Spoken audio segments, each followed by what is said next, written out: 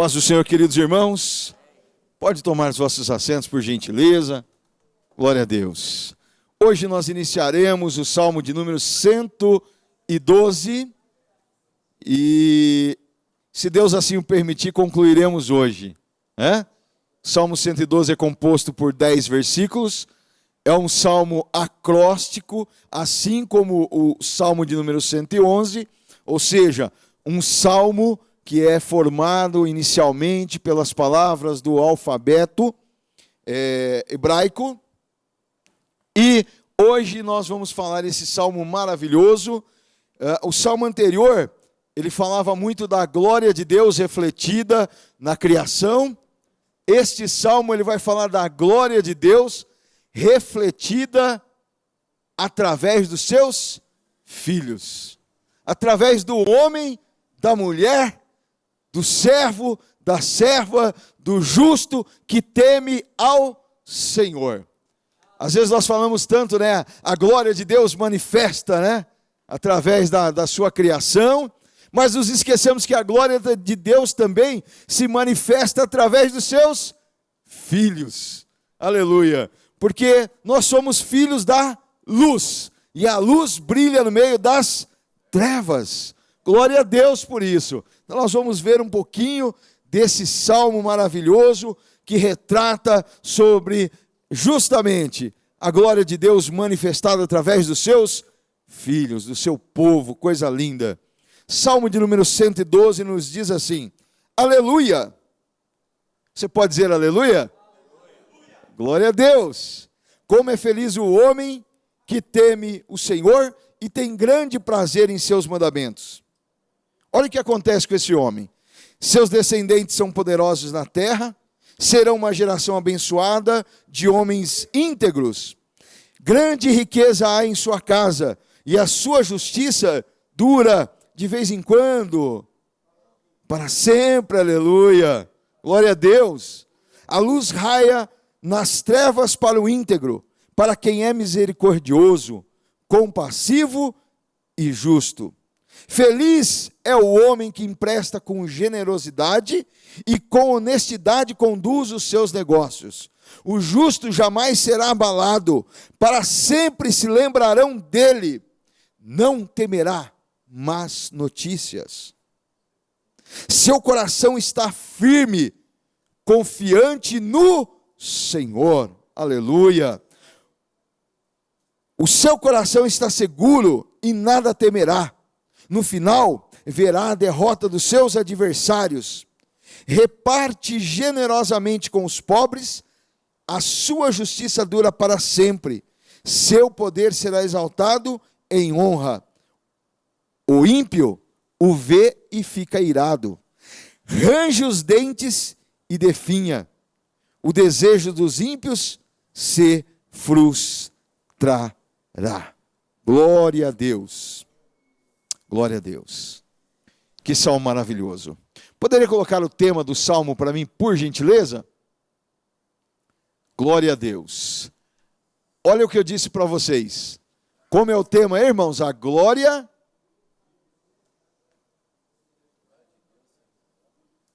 Está fraco. A glória. Olha que coisa maravilhosa, irmãos. Que coisa maravilhosa. A glória de Deus ser revelada através das nossas vidas. Nós vamos entender que esse salmo vai nos levar, nos conduzir para uma vida exemplar. Porque nós vamos aprender com o salmista como nos comportar em situações adversas, como nos comportar quando Deus está nos abençoando com riquezas, com bens. E isso reluzirá a glória de Deus em nossas vidas. Meus queridos, eu fiquei muito impactado com esse salmo e eu quero desfrutar de todas a grandeza desse salmo, de todas as bênçãos que esse salmo pode nos trazer se nós andarmos segundo a direção do Espírito Santo, segundo aquilo que a palavra de Deus nos orienta. Porque nós não somos guiados por notícias do jornal, nós não somos guiados por palavras de profetas, mas nós somos guiados pela palavra de Deus. A palavra de Deus, ela é viva, ela é eficaz, essa palavra que nos direciona. E eu tenho certeza que se nós andarmos segundo estes ensinamentos da palavra do Senhor, nós vamos aprender. Por quê?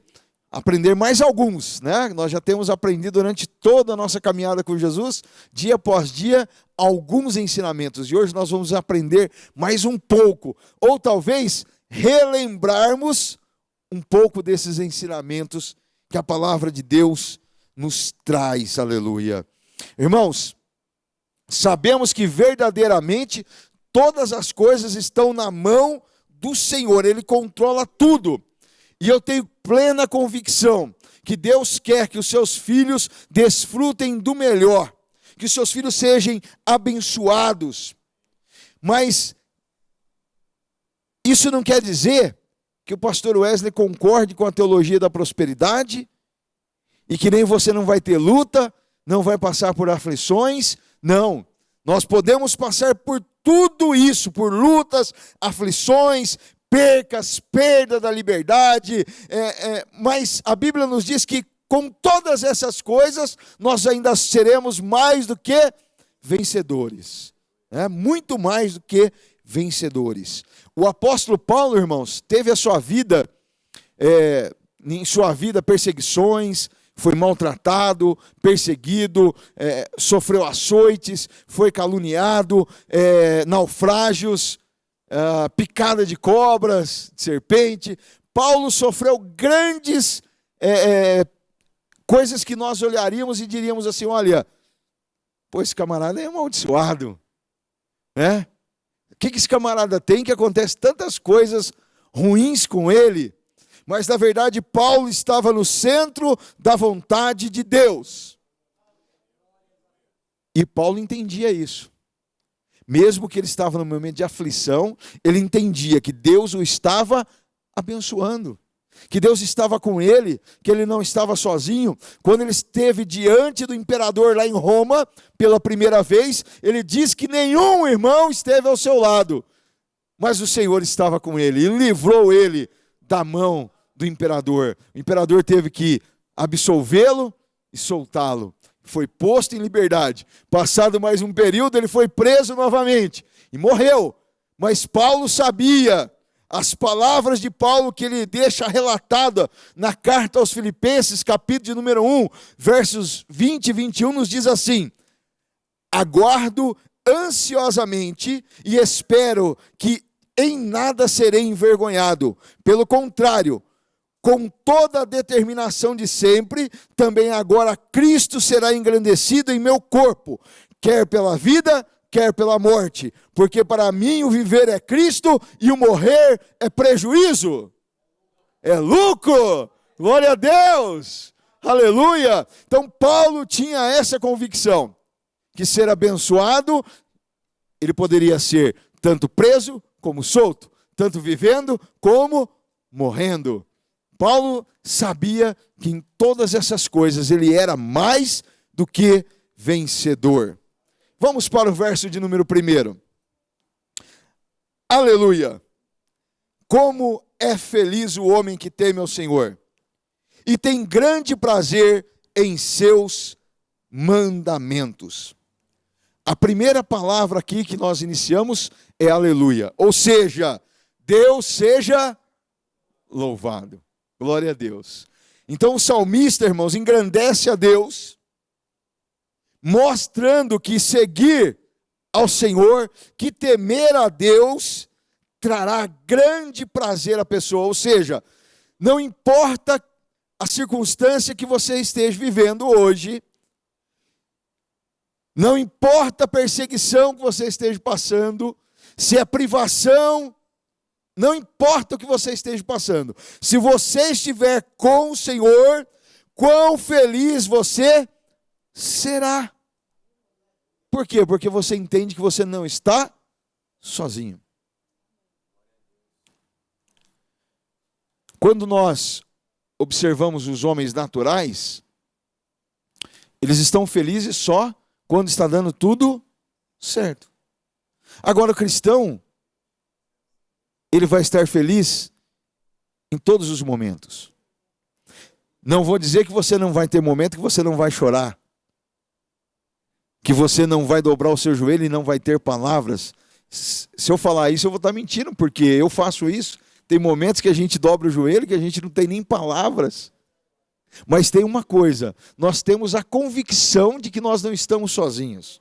Nós temos uma convicção que se nós deixarmos este mundo, naquele momento, nós estaremos na glória com o Senhor. Não importa o momento, mas importa quem está conosco.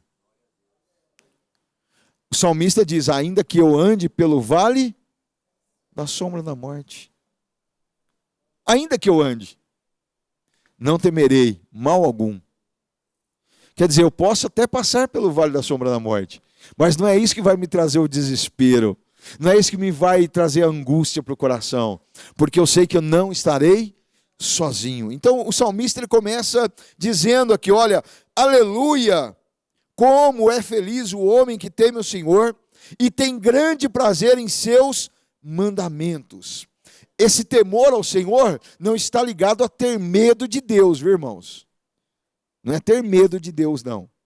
Esse temor está relacionado a uma pessoa que tem intimidade com Deus, que ama a Deus e obedece os mandamentos do Senhor, porque sabe que Ele é o seu Deus. Não é porque Ele pode vir aqui te matar, te destruir. Nós sabemos que Deus tem poder para isso, mas não é esse o temor que o salmista está dizendo. Está dizendo daquela pessoa que ama a Deus, que respeita a Deus e foge até da aparência do mal. Foge, ele se abstém do pecado. Na primeira epístola, na sua carta, na carta de João, a primeira epístola de João, capítulo 4, e o verso de número 18, nos diz assim, no amor não há medo. Pelo contrário, o perfeito amor expulsa o... Porque o medo supõe castigo. Aquele que tem medo não está aperfeiçoado no amor. Ou seja, não precisamos de ter medo de Deus, mas nós precisamos de temer a Deus. De que maneira mesmo? Abstendo-se do mal. Fugindo até mesmo da aparência do mal. A Bíblia diz assim, resisti ao diabo e ele fugirá de vós. Mas quanto ao pecado, contra a toda a imundícia, a palavra do Senhor nos diz assim, ó, fugir até da aparência. Então, quando você se abstém do pecado, quando você foge da aparência do mal, você é uma pessoa que teme a Deus. E a bênção de Deus repousará sobre a sua vida. É inevitável, irmãos. É inevitável. Semana passada nós estudamos aqui na escola dominical sobre Jó. E nós vimos, sobre José. E nós vimos como foi a bênção de Deus sobre a vida daquele homem que se absteve da aparência do mal. Ele não tinha medo de Deus, mas ele tinha temor a Deus. Verso de número 2. Seus descendentes serão poderosos na terra, serão uma geração abençoada e de homens íntegros. Irmãos, ser pai, ser mãe, ser avô, ser avó, é uma responsabilidade muito grande. E essa responsabilidade, ela é maior ainda sobre nós que tememos ao Senhor. Hoje eu e o Eric conversávamos a esse respeito de criar filhos no temor do Senhor. E quando nós criamos os nossos filhos nesse temor a Deus, conhecendo quem Deus é, os nossos filhos tendo experiências com Deus, quão maravilhoso é, irmãos, porque os nossos descendentes serão poderosos na terra. Não poderosos porque vão se inflar e dizer, olha, eu sou. Não, porque eles falarão do amor de Deus em lugares altos, lugares importantes. Deus estará com eles e as pessoas ouvirão, porque Deus os colocará em lugar de destaque. Será uma geração abençoada. Eu tive, pela misericórdia de Deus, uma avó temente a Deus. E todos os dias pela manhã, das 9 às 10 da manhã, nós tínhamos o culto em casa. Nós fazíamos o culto doméstico. Eu não consegui replicar isso na minha casa todos os dias. Nós começávamos e parávamos. Foi esse ciclo até meus filhos crescerem, né? Até minhas criancinhas crescerem.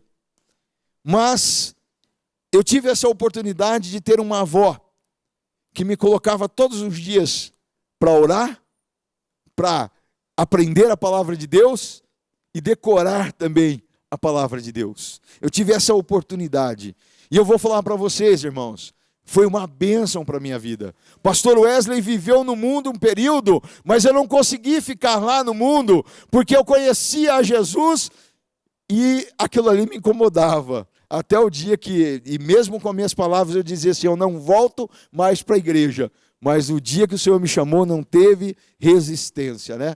Não teve resistência. A palavra de Deus já estava implantada ali, né? Já estava lá no íntegro lá. Estava lá escondida, pronta para germinar ali, né?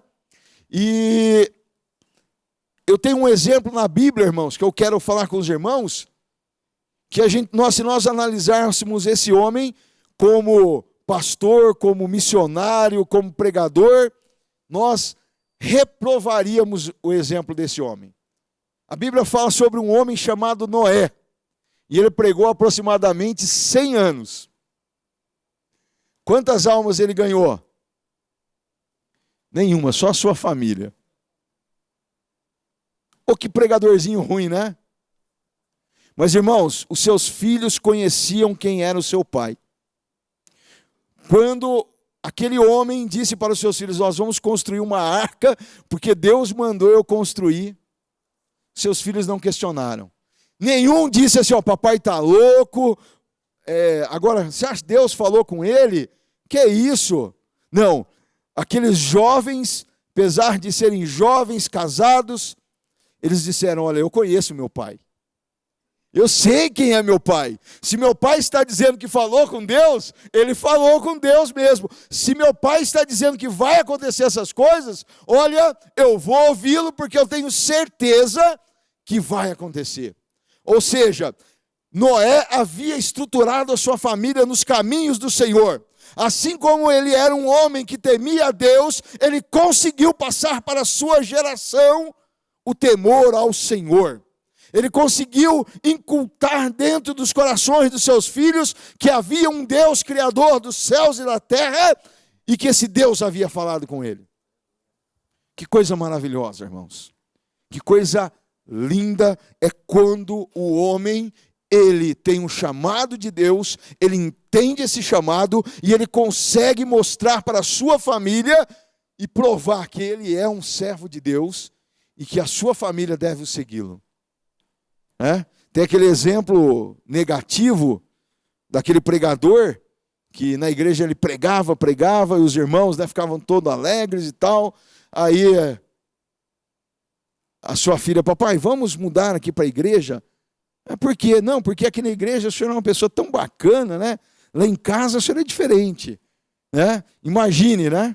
Coisa triste, né? Negativa. Mas Noé conseguiu transmitir que ele era um homem de Deus, um servo do Senhor. E nós precisamos de transmitir isso para as nossas gerações. Os que são pais precisam transmitir isso para os seus filhos. Os que são avós também precisam de transmitir, fazer cultos domésticos, transmitir a palavra de Deus para as nossas gerações, para que eles temam ao Senhor, para que eles sejam abençoados, talvez até mais do que você foi. Até mais. Nós precisamos de transmitir isso. Olha, irmãos, Satanás tem destruído famílias todos os dias. A família é o pilar da igreja, da sociedade. E Satanás está destruindo famílias. E muitas das vezes os nossos filhos estão crescendo dentro da igreja sem saber quem eles são. Nós não incentivamos eles a estarem na casa do Senhor. Nós não fazemos cultos dentro dos nossos lares. Nós deixamos a babá televisão, a internet tomar conta. E ali eles fazem o que eles bem querem, o que eles bem entendem. Não conhecem a Deus. Aí nós vamos lá para o livro de Juízes, né? Quando morreu aquela geração, veio outra geração que não conhecia ao Senhor. E o resultado era, e cada um fazia o que parecia bem aos seus olhos. Será que é isso que nós queremos de nossas famílias? Será que é isso que nós queremos das nossas gerações? Será que os seus netos serão tementes ao Senhor? Será que os nossos filhos continuarão a temendo ao Senhor? Pelo nosso exemplo e por aquilo que nós ensinamos para eles? Porque ninguém é perfeito, todo mundo falha. Mas quando você passa uma estrutura daquilo que é certo, errado, daquilo que é o temor ao Senhor, os nossos filhos aprendem, e pode ser que eles também cometam erros, mas sempre eles estarão lá dizendo: Pai, me perdoa, Senhor, me perdoa, como aquele filho pródigo que saiu da casa do pai, mas quando ele caiu em si, ele disse: até os jornaleiros da casa do meu pai vivem melhor do que eu estou vivendo. Mas ele havia passado por uma casa feliz, uma casa abençoada. E se os seus filhos não tiverem essas experiências com Deus, se os nossos filhos, nossos netos não tiverem essas experiências com Deus, será que nós temos cumprido o papel de pai e mães dedicados ao Senhor? Que consagramos os nossos filhos a Deus? Porque é legal, né? Quando minha mulher estava grávida, eu entreguei meu filho ao Senhor, entreguei minha filha ao Senhor. Mas não é só entregar e pronto. Eu entreguei ao Senhor, agora está na mão dele. Não, peraí. E a sua parte? Quer instruir na palavra, quer ensinar, quer fazer com que eles tenham experiências com Deus. E é tão gostoso quando você vê os teus filhos tendo experiências com Deus, né? Antes eu ouvia falar de quem era Deus, agora eles estão tendo relacionamentos com Deus. Isso é maravilhoso, irmãos. Quando o teu filho, quando a tua filha chega para você e fala assim: papai, mamãe, Deus falou comigo, eu fiz assim, Deus tocou no meu coração e eu agi desta maneira, Deus abriu essa porta, Deus fez isso, Deus curou. Eu me lembro quando meu filho era pequeno, ele chegou para mim e falou: papai, eu queria tanto ter um carro, papai. Que a gente fica andando só a pé. E eu disse assim: ó, peça para o papai do céu. E ele começou a orar. Toda noite ele pedia a Deus um carro. E quando Deus me deu o carro, eu falei: filho, aqui ó, a sua oração foi atendida. Então nós precisamos de mostrar para os nossos filhos quem é o nosso Deus, para que eles cresçam abençoados.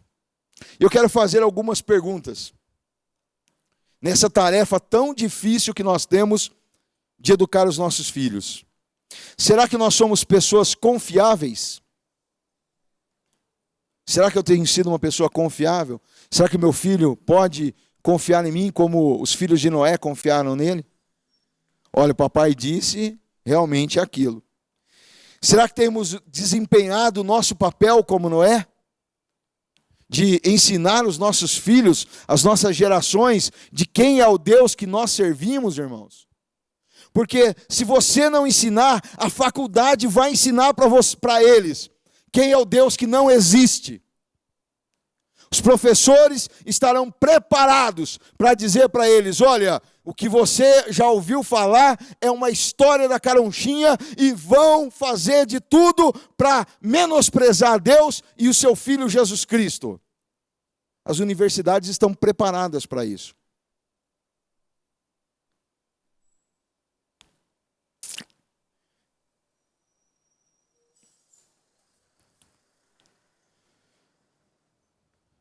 Temos trazido as leis do Senhor para o coração dos nossos filhos? Quando seu filho pede alguma coisa que não é da direção de Deus, você explica para ele o porquê de você não estar dando para ele aquilo? Ou porquê de você não permitir que ele haja daquela maneira? Ou simplesmente não? Ou você fala para ele, olha, não é assim, porque a Bíblia nos diz isso, isto e isto. Será que você investe o seu tempo com teu filho? Ou será que você também anda muito ocupado com a televisão, com a internet, e não tem tempo para explicar para o teu filho a palavra de Deus? Me perdoe, irmãos, mas eu precisava de falar isso nesta noite. Eu sei que não é o pastor Wesley, é o Espírito Santo de Deus que está me motivando a trazer isso para vocês. E eu sei que não é só para essa igreja. Existe uma igreja por trás da internet. Aproximadamente deve ter 400 a 500 pessoas conosco neste momento pela internet, ouvindo esta mesma palavra transmitida.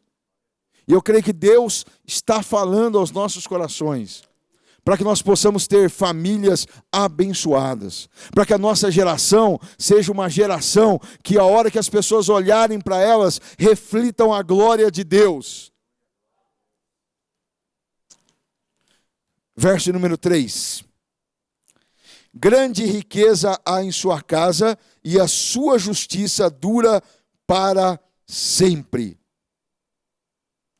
Segundo, irmãos, o grande pregador Spurgeon, a riqueza do cristão é esta: contentamento, paz, segurança, poder em oração, promessas, providências de Deus para si mesmo.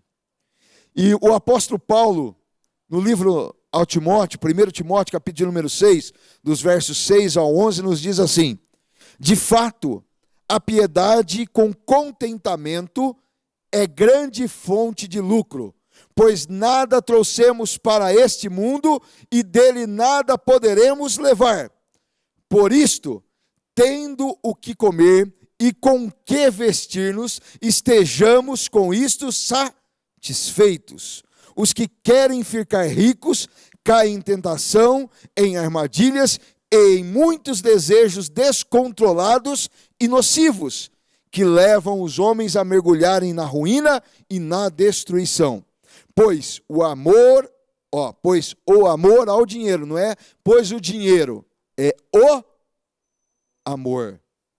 Quando você idolatra o dinheiro, como você deseja ele mais do que qualquer outra coisa. Pois o amor ao dinheiro é a raiz de todos os males.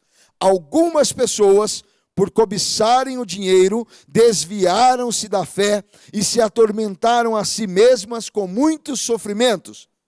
Você, porém, homem de Deus, fuja de tudo isso e busque a justiça, a piedade, a fé, o amor, a perseverança e a mansidão. Glória a Deus! Ou seja, a nossa riqueza não está simplesmente nos bens materiais que nós possuímos, mas ela está em Deus. Jesus disse: mas buscai primeiro o reino de Deus e a sua justiça, e as demais coisas vos serão acrescentadas. Aquilo que você precisa para vestir, aquilo que você precisa para comer, para beber, aquilo que é o seu dia a dia, o Senhor acrescentará para você. Ou seja, precisamos de fato entender que a riqueza do cristão não é ter uma conta bancária cheia de dinheiro, não é ter dólares em casa, mas a verdadeira riqueza do cristão é ter Deus consigo, é ter o sentimento de paz, de amor, de comunhão que o Senhor Jesus nos dá. O mundo busca esta paz, o mundo busca essa alegria, porém eles não encontram. Mas aqueles que temem ao Senhor recebem dele. Recebem dele. Pastor, quer dizer que eu não posso querer ficar rico? Pode, lógico que pode. Pastor, eu não posso investir bastante do meu tempo em estudar? Deve. Mas o seu coração não deve amar as riquezas desse mundo. porque as riquezas desse mundo são perecíveis. Ninguém levará nada deste mundo, a não ser as suas obras que vão acompanhar. As obras te acompanharão, mas as obras não são para a salvação. As obras são para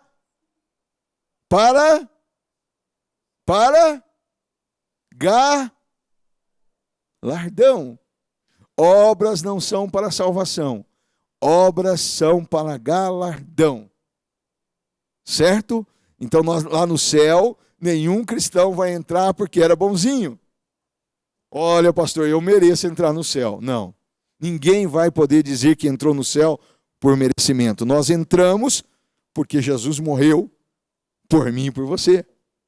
Agora, as nossas obras, Tiago fala muito, né? Fala claramente sobre isso, né? Mostra a sua fé sem obras, que eu te mostrarei a minha através das obras. Ou seja, aquele que tem a Deus, pratica boas obras porque ele teme a Deus. O amor de Deus está nele. Ele não está praticando boas obras para receber a salvação, porque ele já é salvo, aleluia!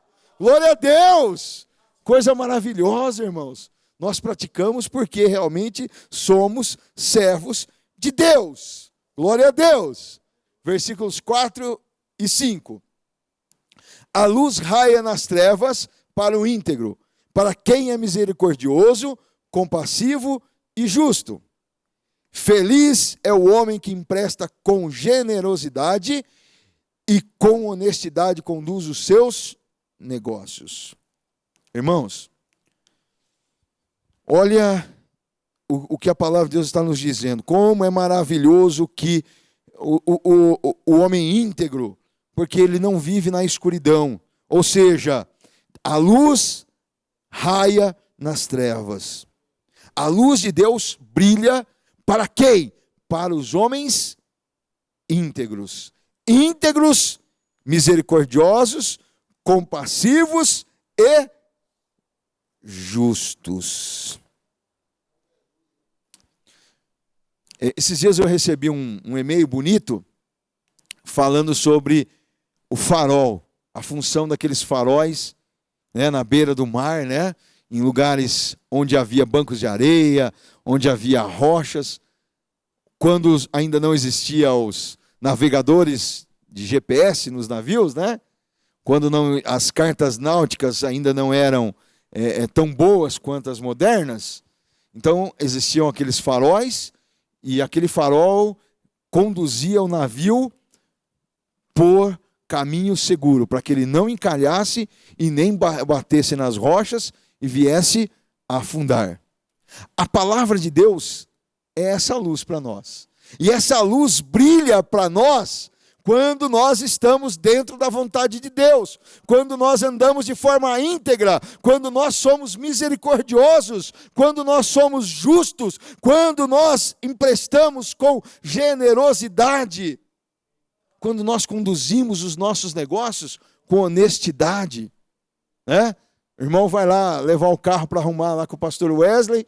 O pastor Wesley olha lá e vê que é só um fiozinho solto. Ô, irmão, vai ficar caro esse negócio aqui, viu? Vou ter que trocar o módulo, reprogramar aqui. Vai custar R$2.000 aqui, né? Você confia na minha palavra, você vai lá e fala, não, pode trocar. E aí o pastor Wesley vai lá e remenda o fiozinho e o carro está arrumado e eu ganhei, né? A luz de Cristo brilha na minha vida, né? É assim? Não. E o homem que assim faz, irmão, ele está enganando a si mesmo. A si mesmo. Ele está vivendo em trevas. Mas aquele que anda com retidão, aquele que é justo, compassivo, a luz de Deus brilha para ele. Ele não se afunda, ele não perde os seus negócios. Deus abençoa a sua vida, aleluia. Glória a Deus. É assim que o cristão deve agir. O profeta Isaías, no capítulo de número 58, dos versículos 7 até o versículo de número 11, nos diz assim: não é partilhar a sua comida com o faminto, abrigar o pobre desamparado, vestir o nu que você encontrou e não recusar ajuda ao próximo? Assim, a sua luz irromperá como uma alvorada, e prontamente surgirá a sua cura, a sua retidão irá adiante de você, e a glória do Senhor estará na sua retaguarda. Aí sim, você clamará ao Senhor, e Ele responderá. Oh, glória a Deus! Você gritará por socorro, e Ele dirá, aqui estou.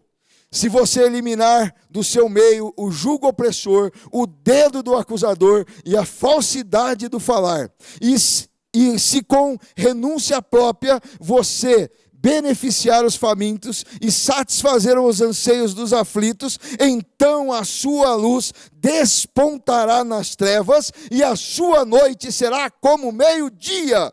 O Senhor guiará constantemente, satisfará os seus desejos numa terra ressequida pelo sol e fortalecerá os seus ossos. Você será como um jardim bem regado, como uma fonte cujas águas nunca faltam.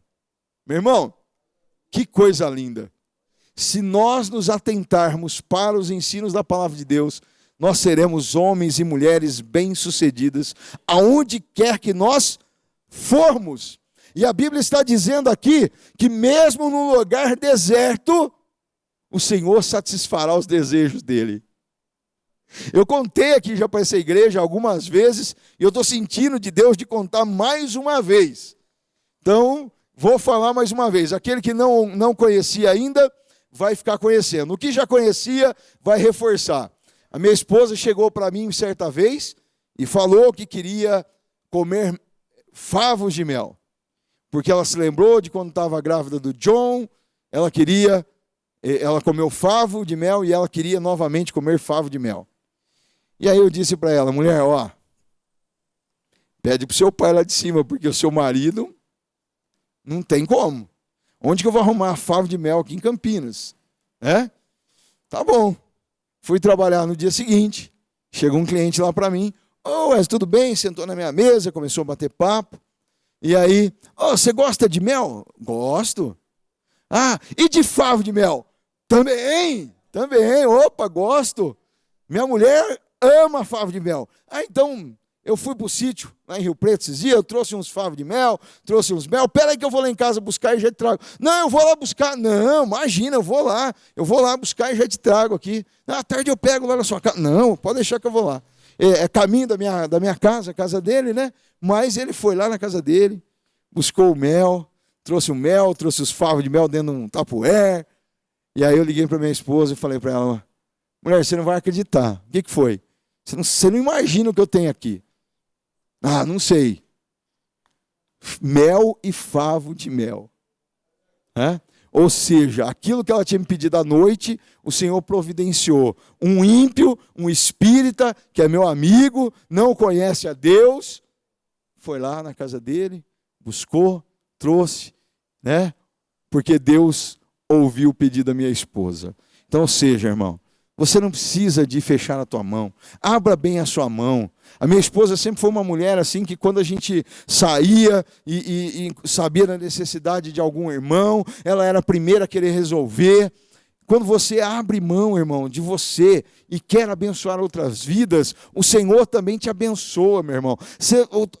Os desejos pequenos, até aqueles desejos que são mimos, o Senhor te faz, irmão, porque Ele é o nosso Pai. Agora, aquele que retém, meu irmão, não tem como ser abençoado. Versículo de número 6. O justo jamais será abalado, para sempre se lembrarão dele. Irmãos, olha que coisa profunda, né? Os justos jamais serão abalados. São duas afirmações e sempre se lembrarão dele. Eu fui impactado por essas palavras, porque eu fico assim imaginando, jamais ser abalado. Ou seja, será que somos imbatíveis? Super-humanos? No Salmo 16 ele responde para nós, e o verso número 8. Sempre tem o Senhor diante de mim, com Ele à minha direita não serei abalado. Ou seja, não é que eu sou um super-homem, uma super mulher. Eu oro demais, pastor, eu sou cheia do poder, eu sou do reteté. não é isso que te faz imbatível, meu irmão. O que te faz imbatível é o Senhor. O que nos faz, irmãos, não sermos abalados é o Senhor conosco. Ele à minha direita, não serei abalado. Glória a Deus. Me lembro lá de Israel, no deserto, durante o dia, nuvens para proteger do sol. Durante a noite, fogo para poder aquecer, para que eles não morressem ali de frio no meio do deserto. Olha, meu irmão, se Deus estiver com você, você passa pelo fogo, você passa pela água, você passa pelo deserto. Meu irmão, a única coisa é que nós precisamos de depositar a nossa confiança no Senhor, porque se nós depositarmos 100% nele, a nossa confiança, jamais seremos abalados. Jamais. Versículos 7 e 8. Não temerá más notícias. O seu coração está firme e confiante no Senhor. O seu coração está seguro e nada temerá. No final, verá a derrota dos seus adversários. Quantos aqui já se assustaram? Eu já. Às vezes por uma coisa boba. Eu não sou de me assustar, mas de vez em quando, uma coisa tão boba, você está tão distraído, você leva aquele susto, né? Aquele susto. Mas a Bíblia está dizendo aqui, irmãos, que não temerás más notícias, seu coração está firme, confiante no seu coração, o seu coração estará seguro, nada temerá. Ou seja, nós não seremos pegos de surpresa, nós não vamos ficar espantados, temerosos. O Senhor sempre estará ao nosso lado para nos fortalecer. Agora, más notícias podem chegar a qualquer momento em nossa vida. Eu até anotei aqui o capítulo de número 1 de Jó para nós lermos, mas é bem extensa a leitura e as horas já estão mandando eu parar. Eu não vou ler aqui, mas nós vamos citar o que aconteceu com Jó. Jó tinha 7 filhos e 3 filhas. Jó tinha camelos, tinha juntas de bois. Jó, a Bíblia fala que ele era o homem mais rico do Oriente da sua época. Mas no mesmo dia chegaram más notícias para Jó, e todas no mesmo dia, uma atrás da outra. Jó estavam no campo arando e do lado os seus animais, pastando. Vieram os nossos inimigos e levaram todos. Mataram os teus servos e só eu escapei. O outro estava, só eu escapei. Olha, os seus filhos estavam na casa do seu irmão, seu filho mais velho, e veio um vento e derrubou a casa por inteira. E só eu escapei. Jó recebeu várias notícias terríveis. Mas a última notícia, olha, foi para acabar, né? E o que Jó fez? Jó começa a xingar, a gritar. Não é isso que Jó faz? Ao ouvir isso, Jó se levantou, rasgou o manto, raspou a cabeça, então prostrou-se no chão em adoração e disse: saí nu do ventre da minha mãe, e nu partirei. O Senhor deu, o Senhor levou. Louvado seja o nome do Senhor. Em tudo isso, Jó não pecou, nem de nada culpou a Deus. Eu não queria ser esse homem, né? Eu não queria ser esse homem, porque suportar o que ele suportou, essas más notícias, que chegaram todas juntas, todas de uma vez, num só momento, né? Uma atrás da outra, né? Mas aquele homem se manteve íntegro, fiel a Deus. Ele não se sentiu abalado. Ele confiou em Deus. Aquelas más notícias só fizeram com que Jó adorasse ao Senhor. Adorasse. E agora eu fico imaginando, será que Jó era melhor do que nós? A única diferença é que, na maioria das vezes, nós não confiamos em Deus. E Jó confiou 100% em Deus. Jó sabia quem era o seu Deus. E às vezes o que acontece conosco é que, ao recebermos uma má notícia, nos desesperamos porque não confiamos inteiramente de quem é o nosso Deus. E não confiamos por quê? Porque não conhecemos o quanto deveríamos conhecer o nosso Deus. Por isso que a palavra do Senhor nos diz: chegai-vos a Ele, e Ele chegará a vós.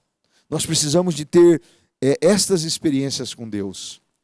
Conta-nos uma história de um servo em um reino, que ele vivia ao lado do seu rei, e tudo o que acontecia, aquele homem dizia: Deus é bom, Deus nunca erra. E um determinado dia, o rei saiu para a caça, e aquele servo o acompanhando. Uma fera veio na direção do rei, e aquele servo, ao ver aquele animal vindo na direção do seu rei, pegou a sua lança e atingiu o animal. Só que antes do animal morrer, ele ainda conseguiu pegar a mão do rei e ainda removeu 2 dedos ali da mão do rei. Aquele rei ficou revoltado, começou a xingar, e aquele servo disse ao rei: olha, meu rei, Deus é bom. Ele sabe o que faz. Ele é perfeito. O rei ficou irado. Se Deus é tão bom assim, por que ele permitiu que esse animal arrancasse 2 dedos meu? Meu rei, Deus é bom, ele sabe o que faz. O rei então ficou mais revoltado ainda, irado, mandou prender aquele servo.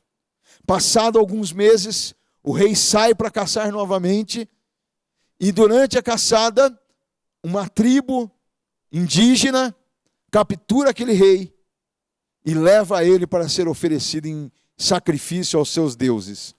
Porém, na hora de oferecê-lo, eles observam que aquele homem não era completo, aquele homem era mutilado, faltavam 2 dedos a ele.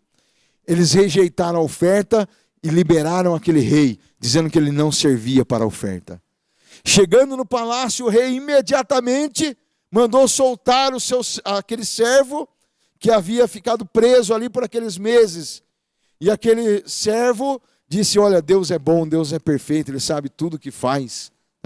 Aí o rei pegou e falou assim: olha, eu até entendo que Deus foi bom comigo, mas com você ficou preso meses aí, olha o que Deus fez com você. Ele falou: meu rei, se eu estivesse solto, eu teria sido oferecido em sacrifício. Ou seja, Deus sempre sabe todas as coisas. Não importa qual seja a má notícia que nos venha, não fique abalado, meu irmão, mas entrega na mão do Senhor e confia em Deus. Ele é fiel para mudar o quadro, para reverter a situação que desta má notícia. Glória a Deus. Versículo de número 9. Reparte generosamente com os pobres, e a sua justiça dura para sempre. O seu poder será exaltado em honra. Irmãos, quanto maior a bênção para ser descortinada para nós, maior será o grau de dificuldade que nós precisamos de andar com Deus, de ter experiências com Deus. Ontem eu assisti um curta junto com um adolescente aqui da igreja.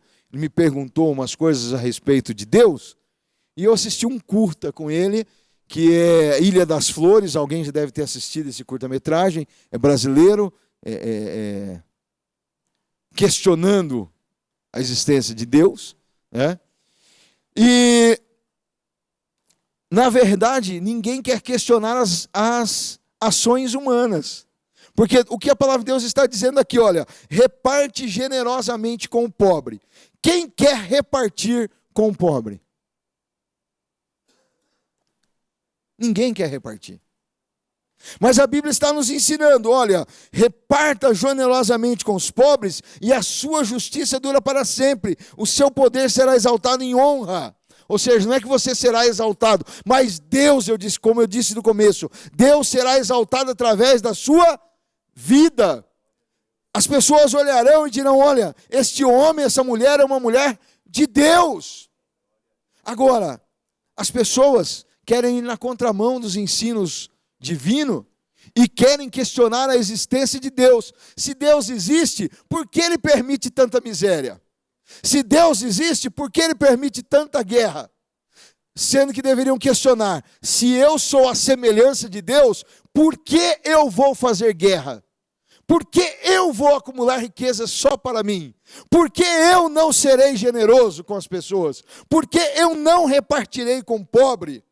Por que eu não serei um canal de bênçãos para as pessoas? Um canal de bênção para a sociedade? Provérbios, capítulo de número 11, versos 24 e 25, diz assim: há quem dê generosamente e vê aumentar as suas riquezas. Ou seja, a pessoa vai dando e as riquezas dela vão aumentando. Meu irmão, na matemática essa conta não funciona. Quanto mais você tira, menos você tem.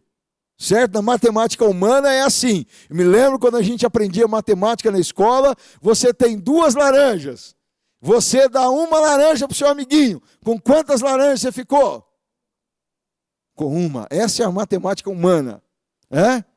Mas na matemática divina você deu uma, você vai receber 2, 3, 4, 5.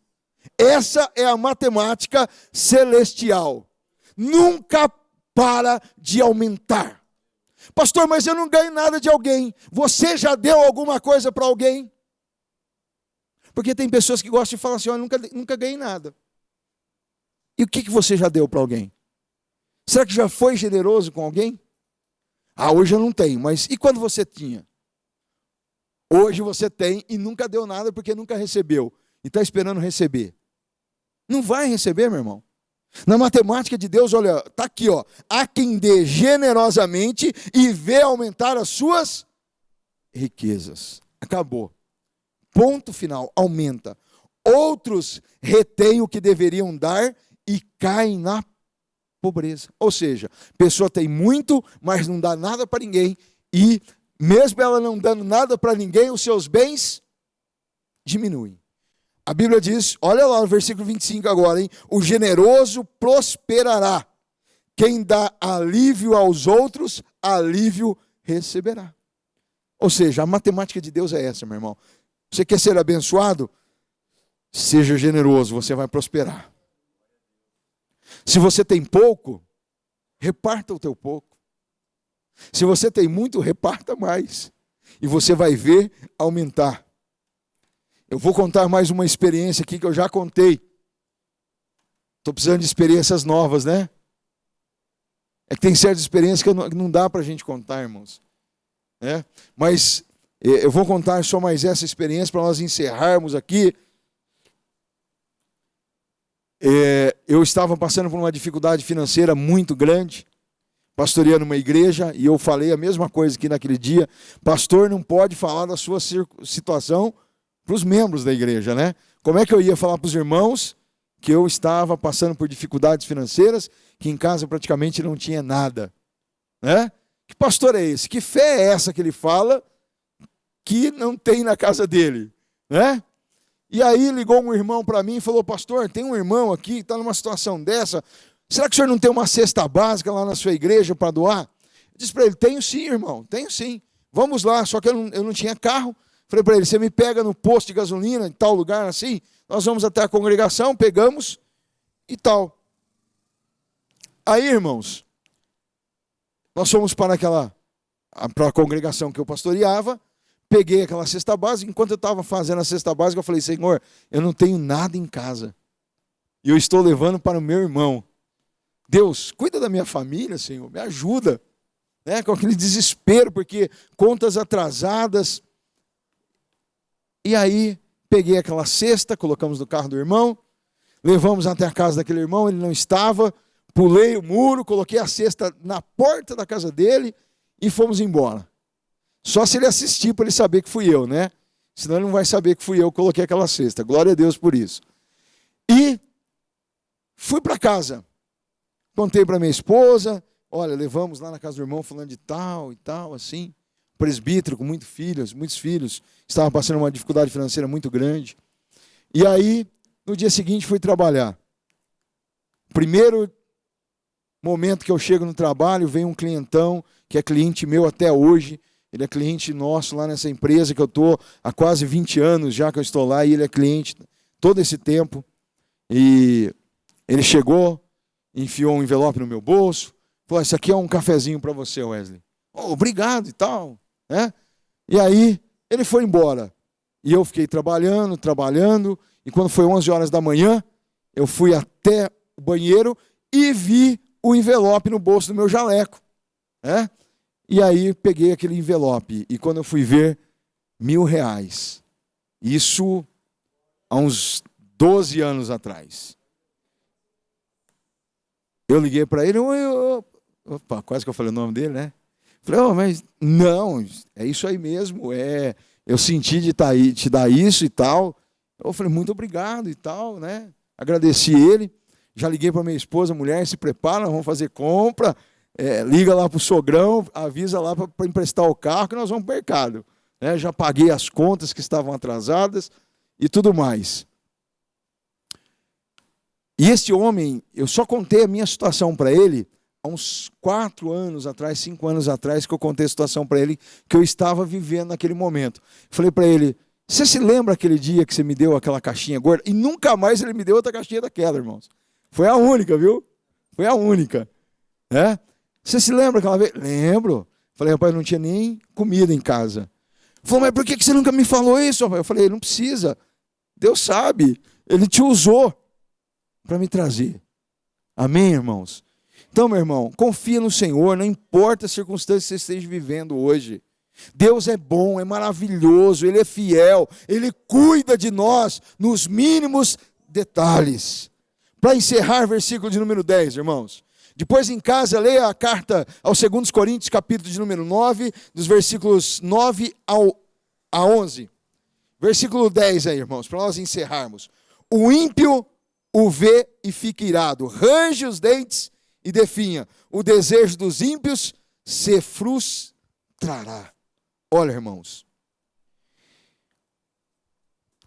O ímpio age de forma oposta ao justo. Mas o resultado da sua colheita também é antagônica ao resultado da colheita do justo. O justo reparte e tem a multiplicação dos seus bens. Tem a multiplicação do alimento, a multiplicação da saúde, da paz, da alegria. Agora o ímpio perde. O justo se humilha e Deus o exalta. Agora o ímpio se exalta e Deus o humilha. O justo confia em Deus e tem o livramento. Porém o ímpio confia nos homens, confia em carro, confia em príncipes e tem o quê? A destruição. Então, meus irmãos, as bênçãos dos justos, elas são antagônicas com aquilo que acontece com os ímpios, porque os ímpios serão julgados e destruídos. Meu irmão, o temor do Senhor é que prolonga a vida do justo, mas a vida do ímpio, por não temer a Deus, ela é elevada. O justo, tudo que ele faz redunda em alegria, mas a esperança dos ímpios, ela se esvai. O caminho do Senhor é refúgio para os íntegros, mas é a ruína dos que praticam o mal. Os justos jamais serão desarraigados da terra, mas os ímpios duram pouco. Nós estudamos aqui um salmo, o salmo de Asaf, que diz, né? Olha, bom é Deus, mas meus pés quase que se desviaram. Quando? Quando eu olhei para a vida dos ímpios e achei que havia prosperidade neles. Mas, irmãos, a verdadeira prosperidade só tem aquele que teme ao Senhor. Só os servos do Senhor desfrutam da verdadeira prosperidade. Por quê? Porque da mesma maneira que no campo nasce ali uma erva, uma flor, e daqui a pouco ela murcha, é assim que acontece com os ímpios. É assim que são contados os dias para os ímpios. Mas os justos florescerão. Meu irmão, entenda essa matemática divina. Que quanto mais você dá, você mais recebe. Quanto mais você faz a vontade de Deus, mais a glória do Senhor está sobre a sua vida. E os homens veem esta glória, que não é sua, mas do Senhor. E o nome do Senhor é glorificado. E é feliz o homem que age desta maneira. Pai, graças te damos, Senhor, pela tua palavra enviada aos nossos corações, ó Pai.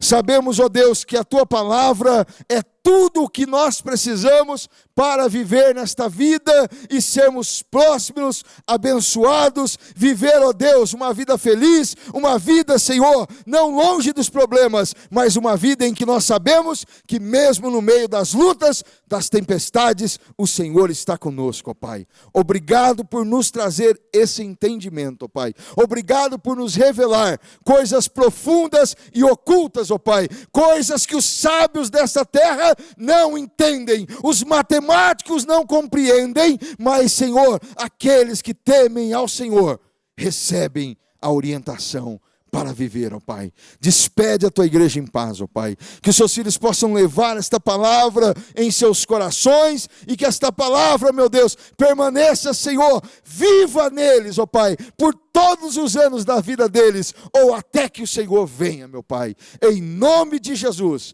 assim nós oramos e te somos agradecidos pela palavra que nos enviaste nessa noite. Em nome de Jesus. Amém, Senhor.